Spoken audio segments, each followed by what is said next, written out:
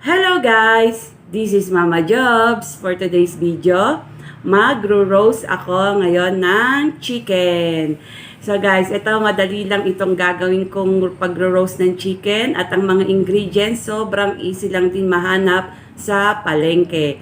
Kaya kung kayo ay bago pa lang sa aking channel, kayo ay mag-like, subscribe at i-click ang notification bell. Diyan muna kayo guys at ihahanda ko lang yung mga gagamitin ko sa pagluluto. Bye muna!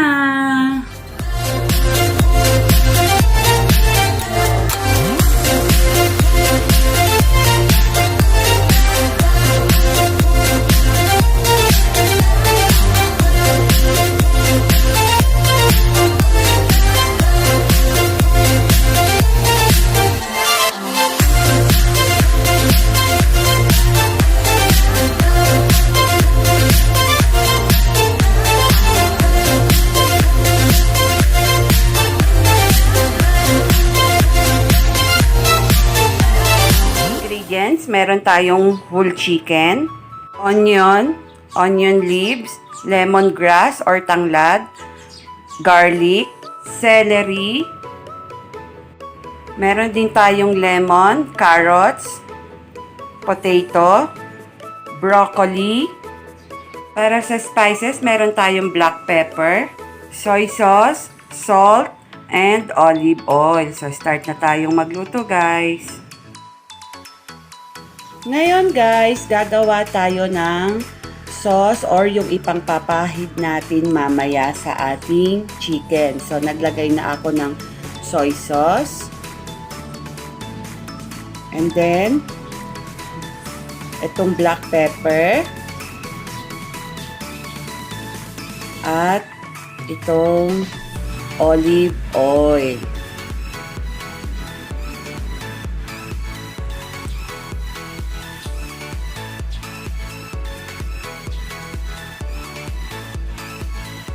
So, imimix lang natin ito. At mamaya, ito yung gagamitin nating pampahid sa chicken. Dun sa pinaka-outer part ng chicken. And then, ang next natin ay itong chicken. So, ngayon guys, maglalagay tayo ng stuffings dun sa loob ng chicken. So, unahin ko, meron akong tanglad.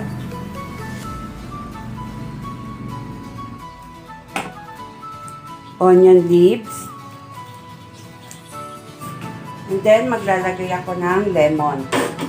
So, guys, itong lemon, lalagay din natin sa ginawa nating pinaka-sauce niya kanina.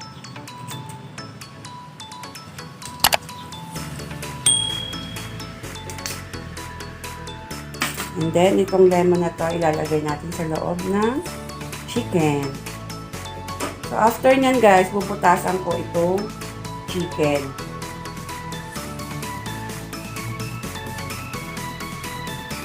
Kasi wala tayong pangtali. So, ganito lang ang ginagawa ko. Para nakakross yung legs ng chicken.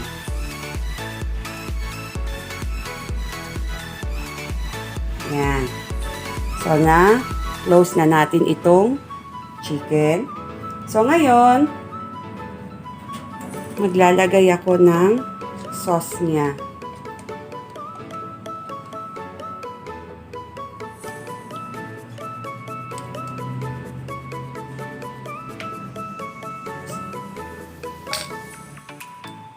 And then, after nyan, maglalagay tayo ng garlic.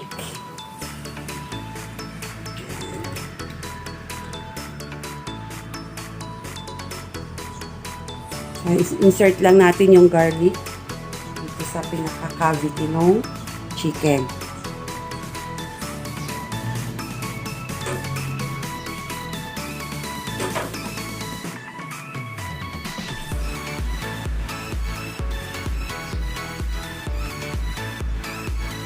And then, maglalagay tayo ng onion.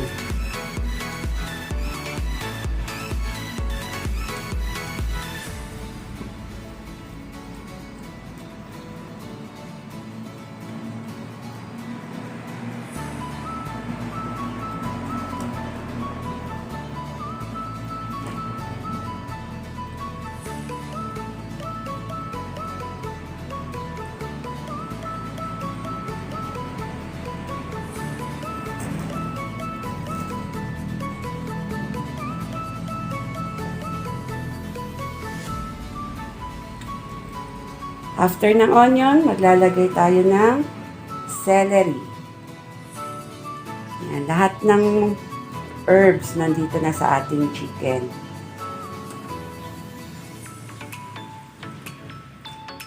So, maglagay din tayo dito sa loob.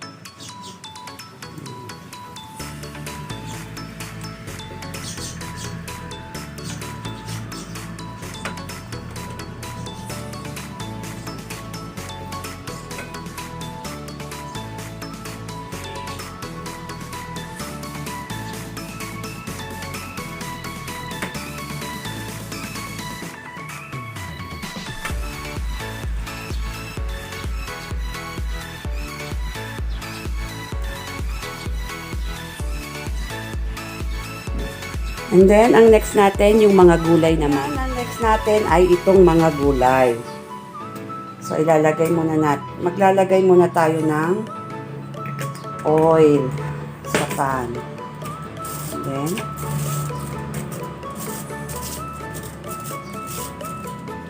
And then salt.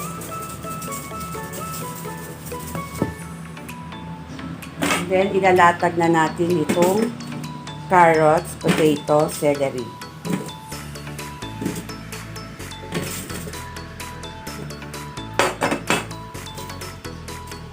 So, lahat ng natira nating mga gulay, lalagay na natin.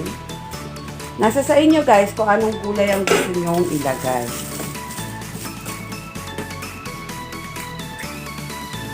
Lagay tayo ng olive oil. And then, itong natitirang black pepper.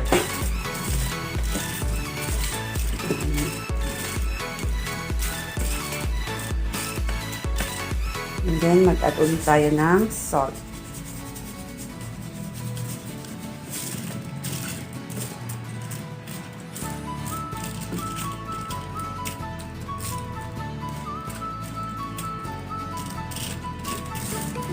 So, ngayon guys, yung oven natin naka-preheat na siya ng 10 minutes. So, ilalagay na lang natin ito mamaya. And then, maglalagay din tayo ng oil dito sa chicken.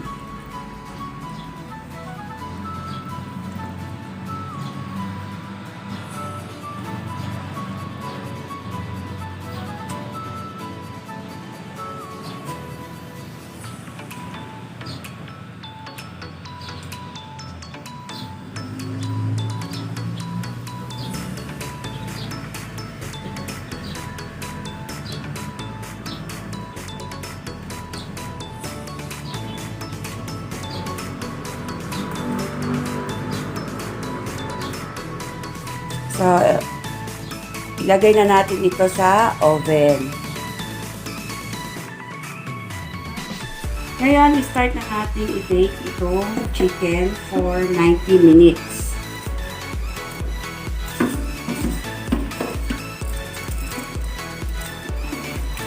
Hintayin na lang natin maluto itong chicken for 90 minutes.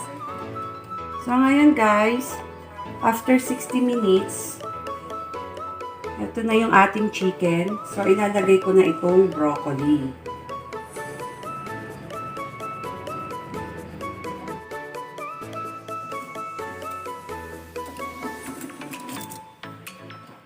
So, isinet ko ulit itong oven natin for another 20 minutes.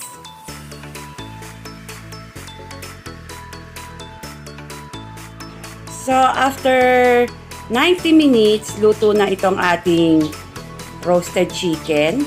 So, i-remove na natin ngayon dito sa oven.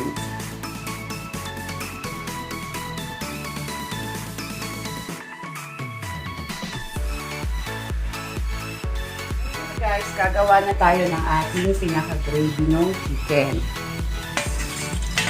So, ito yung galing sa oven na oil.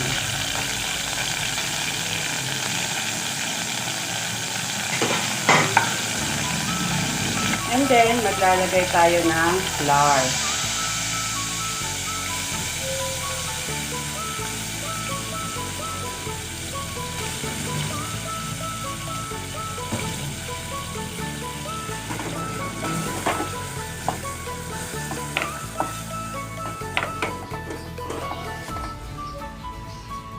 And then, maglalagay tayo ng water.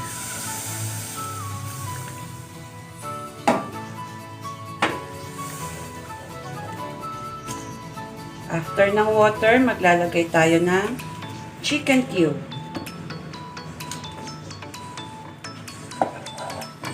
Guys, mag-a-add pa tayo ng water hanggang makuha natin yung tamang consistency na pinaka-gravy natin.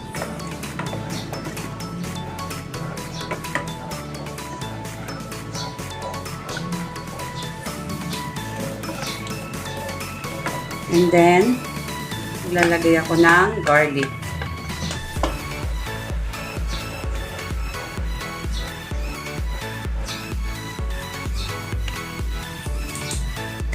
After ng garlic, maglalagay ako ng black pepper.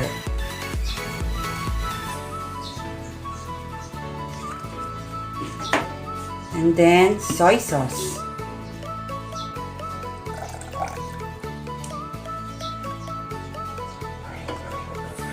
Tikman natin.